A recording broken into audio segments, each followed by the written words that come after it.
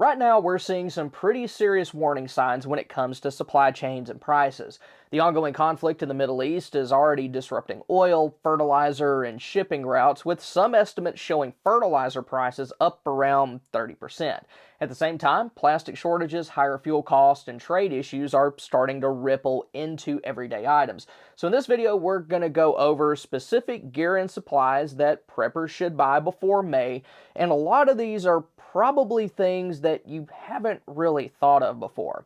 First up, we have gardening supplies, and this is one area where timing is really important. Right now, it's the beginning of the season, and stores are fully stocked. Garden centers, hardware stores, and even places like Walmart and Tractor Supply all have their main inventory out. But what a lot of people don't realize is that once that primary inventory sells out, a lot of those items either won't get restocked or they'll come back in smaller quantities, possibly at higher prices. Some people got started weeks ago, like my mother, so they already have what they need, but there's a lot more out there that are about to realize that they need to get something in the ground, so demand is going to spike the closer that we get to May. If you're planning to garden this year, now is the time to go ahead and pick up the different things that you're going to need. And one of the most critical things to get early is fertilizer, specifically those that are nitrogen based. Right now, nitrogen based fertilizers are under a lot of pressure globally. A big part of the world's ammonia and urea production is tied to regions that are either directly involved in the war in Iran or heavily affected by it, including Saudi Arabia and Qatar. On top of that, nitrogen fertilizer production relies heavily on natural gas. So in many cases, over 70% of the production cost is tied to energy. And when you've got instability in the Middle East, rising energy prices, and shipping issues, all of those things can influence prices. Then, when you layer that on top of the fact that most of the world is in peak application season right now, supplies could tighten up quickly. Now, I'm not saying that we should all go out and stockpile fertilizer like crazy, but if you are going to grow a garden, you should have a backup plan for this growing season. Get what you think that you're going to need, but also educate yourself on alternatives like ammonium sulfate or calcium nitrate. Those may be easier to find when supplies get tight, and they also have the added benefit of being more stable in certain conditions. Next up, we have plastic gardening supplies, and this is one that a lot of folks tend to overlook. Things like seed trays and nursery pots are all made from petroleum-based plastic, so when oil prices go up, prices for these go up too. And right now, with everything going on in the Middle East, and then also ongoing shipping disruptions, both raw materials and finished goods could be affected. Then, on top of that, a lot of this stuff is imported, especially from China, so tariffs and trade tensions could come into play as well. While we probably won't see like 2020 style empty shelves at our local stores, we could experience higher prices and fewer options, especially after the initial inventory sells out. Drip irrigation kits are a good example of this. They'll be fully stocked early in the season, and then by late spring, the better kits are gone, and what's left is either picked over or more expensive. Then, closely related to that is garden hoses. Most garden hoses are made from PVC, polyurethane, or synthetic rubber, and all of those are dependent on petrochemicals. So, again, oil prices, plastic resin supply, and global shipping all play a role there. So, instead of waiting until you need a hose in like the middle of the summer, it's not a bad idea to go ahead and grab a new one now, especially if you're planning to run irrigation or have to water multiple areas, like if you have a front and a backyard. Then another area that a lot of folks don't think about until it's too late is shade cloth and other heat management equipment. If you've ever gardened in the South, then you already know that when temperatures rise, those temperatures can wipe out your plants fast. Even if you manage to keep them alive, getting them to set fruit is a whole other matter entirely. Where I live in eastern Texas, my garden tends to do really well through June, but when temperatures stay at around 90 or 95 beginning around July or so, their productivity drops like a rock. We've already seen patterns of earlier heat and lower snowpack in some areas, and that can translate into hotter, drier conditions earlier in the growing season. Products like shade cloth, hoops, clips, and row covers are all made from plastics and textiles that are affected by the same supply chain issues that we've been talking about with those earlier items. Then these types of things are also very seasonal. When people need them, they need them fast, so they tend to sell out pretty quickly. So if you're going to get any, I'd recommend at least having enough to protect your most critical plants. Something in that 30 to 50% shade range works well for most vegetables, and also make sure that you have clips and fasteners to set it up. I'm considering putting a shade cloth over my hoop house this summer to help protect my tomatoes and my peppers. After that, we have pesticides and pest control, and this one involves a combination of supply chain problems and environmental conditions. A lot of the active ingredients in these products are imported or rely on global chemical supply chains. Then at the same time, we're seeing increased levels of pests because of warmer winters and also shifting climate patterns. That means that more bugs survive into the growing season and then reproduce at a faster rate. On top of that, certain chemicals are being restricted or phased out, which can reduce supply even further. That could lead to the more popular and effective options, especially the ones that are considered safer, selling out faster than you'd expect. So if you've got a history of pest issues or you just want to be prepared, you may want to go ahead and pick up this stuff early instead of waiting until you have a bunch of little holes chewed all over your plants. Next, let's talk about irrigation pumps and timers. Those rely on electronics and microchips, which are still dealing with intermittent supply chain constraints. And again, many of these are imported, so tariffs and shipping delays can affect pricing and availability too. Then there's also the seasonal factor. As we move into late spring and early summer, more and more people are going to be setting up irrigation systems, especially in hotter areas, and demand is going to affect availability. So if you're planning to automate your watering or you rely on a pump for like a rainwater system or anything like that, it's a good idea to go ahead and get all of that mess squared away now. That includes getting what you need for new systems and also going ahead and replacing any components that are on their last leg. Then we have some items that sort of tie into gardening but go a little beyond it, and that's food preservation supplies, specifically small parts for your canning setup. That can include things like pressure canner gaskets, weight sets, regulators, and even canning lids. What's important to remember about some of these is that they're what you can consider single points of failure. You can have all the food in the world set aside and ready to preserve, but if one small part fails and you can't replace it, you're either going to have to eat everything now, let it spoil, or just hope that a blackout doesn't wipe out everything in your freezer. Those items are affected by a variety of factors, including raw metal prices, manufacturing cost, and seasonal demand. And because they're often lower cost items, they're frequently shipped as small packages, which kind of makes them more vulnerable to delays and rising shipping costs.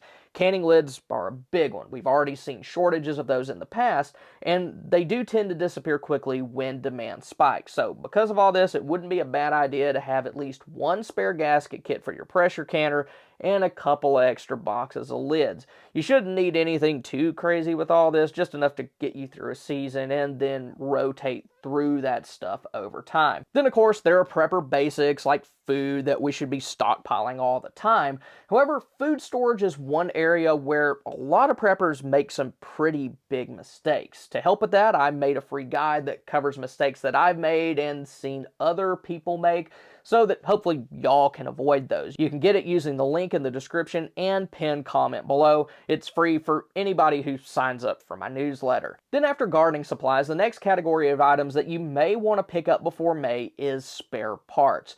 These are really easy to forget about or ignore right up until the moment that you actually need one.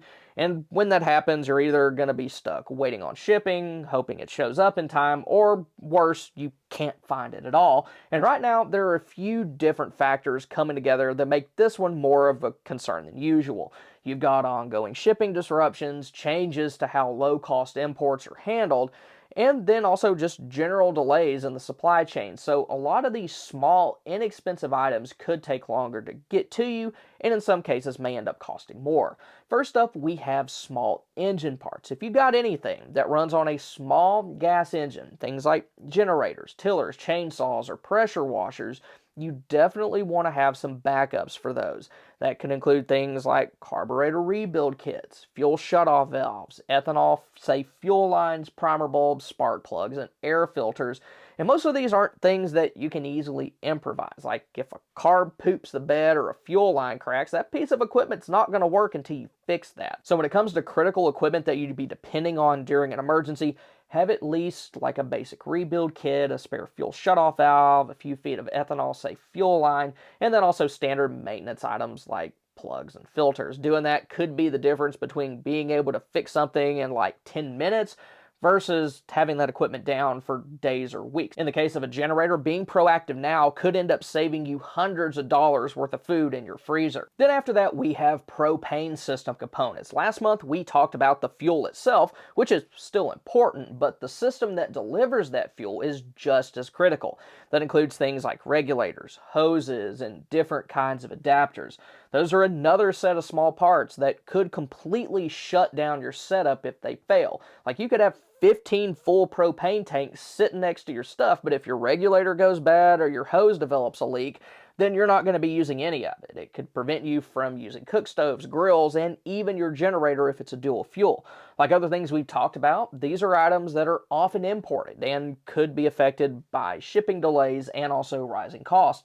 And the issue with these is downtime. If one of these fails and you have to wait on a replacement, then that's time that you can't use your stuff. And if your area just got slammed by a hurricane or is dealing with some other major situation, you may not be able to just hop, skip, and skedaddle over to your local hardware or big box store and pick up a new one. So at a minimum, having one spare regulator, a spare hose, and then the adapters that match your setup, it's a smart move.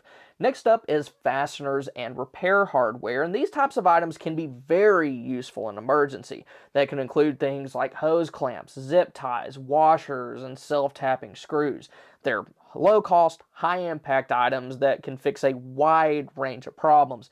The issue with them right now, though, is that a lot of them are imported consumer goods, and changes to how small shipments are handled, along with like tariffs and shipping delays, are increasing both their cost and lead time. So instead of building these kits like one little piece at a time when you need them, it's a good idea to go ahead and put together a small organizer with a variety of sizes and types. Focus on things like multiple clamp sizes, UV-rated zip ties, sealing washers, and a range of screws that you can use for quick repairs. After that, we have spare parts for water containers. If you're storing water in things like 5-gallon jugs, 55-gallon drums, or larger tanks, there are a few small parts that can cause big problems if they fail. Things like spigots, gaskets, caps, and for drums, a bung wrench. If a spigot breaks or a gasket fails, you may not be able to use that container at all until it's fixed. And once again, these are often low-cost items that are shipped individually, which makes them more vulnerable to delays and supply chain issues. So for each type of container that you use, have at least one spare spigot, a gasket set, and an extra cap. Then if you're using drums, make sure that you have a bung wrench on hand. That way, if something ends up failing, you're not scrambling to find a replacement or watching all of your water leak out. Next up, we have whole house water filtration parts. If you're running any kind of standard filter housing, whether it uses a 10-inch or 20-inch cartridge, there are a few key items that you want to keep on hand. Those can include replacement cartridges, spare O-rings, and a filter wrench. While O-rings may seem minor, if they degrade, they can actually stop your system from working. Having a few extra sediment filters, a couple of carbon block filters for each stage, along with spare O-rings, would give you at least some breathing room. That way, you're not going to be relying on outside sources if something needs to be replaced quickly. After that, we have HVAC related parts. This one is a little more specific, but it's worth mentioning, especially if you live in a hotter area like I do. Two of the most common failure points in AC systems are the dual run capacitor and the contactor. While these are relatively inexpensive, your AC isn't going to work if they fail, and right now there's a lot of transition happening in the HVAC industry due to things like refrigerant regulations and phase down programs. Those are creating some issues in the supply chain, and when you combine them with seasonal demand, especially as we move into these warmer months, then these small parts can become harder to get quickly. Now, I'm not saying that everyone should go out and start doing their own HVAC repairs, but if you're comfortable with things like that and you understand what you're doing, then having the correct replacement parts on hand can end up saving you a lot of time. But if you're not comfortable with doing stuff like this, it's definitely something to leave to a professional. But it is still worth being aware of because even getting a technician out during peak season can take time. If you're worried about it, you may want to go ahead and have your system inspected just to make sure that none of its components are on the bubble and could end up failing when you start using your system a lot when it starts to get hot. Then along those same lines, if you got a window AC unit or a dehumidifier that's starting to act a little bit weird, now may be a good time to go ahead and replace that. With ongoing regulatory changes and the phase down of certain refrigerants, manufacturers and suppliers are adjusting inventory. That can lead to certain models becoming harder to find, especially when demand spikes during early heat waves. So if you're already noticing issues with your unit, it's better to just replace it now while options are available instead of waiting until the middle of summer when everybody else is trying to do the exact same thing. After that, we have sump pump components. If you rely on a sump pump, whether it's for like storm water, groundwater, or just general basement protection, there are a couple of parts that you should have spares for, and those are the check valve and the float switch, because if either one of those fails, then your system, it's not going to function properly, even if the pump itself is fine.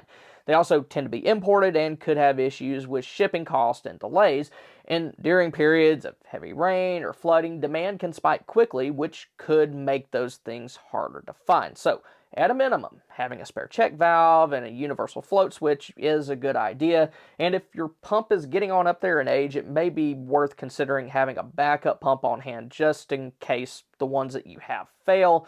That way, you have it if you need it. Now, if all this drama going on in the Middle East has you worried about the possibility of a third world war breaking out and then going nuclear, then be sure to check out my video over the 12 places to stay away from if nuclear war breaks out by clicking here, or if you want to see the 10 most important areas of preparedness to help you get through pretty much any type of disaster, then click here.